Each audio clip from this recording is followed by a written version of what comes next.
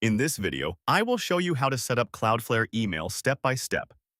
If you want to send or receive emails using your domain, Cloudflare can help by managing your DNS records and offering email routing features.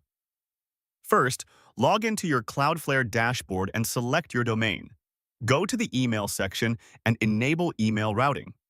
Follow the setup steps to add your destination email address where messages will be forwarded. Cloudflare will ask you to verify this email before continuing. Next, configure your DNS records.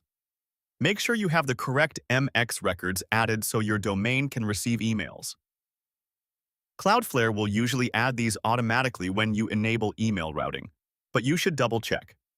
You may also need to add SPF and DKIM records to improve email delivery and avoid spam issues. Finally, test your setup by sending an email to your domain address and confirming it arrives in your inbox. If it does not work, check your DNS settings and wait a few minutes for changes to apply. That is it. You now know how to set up Cloudflare email and start receiving messages on your domain.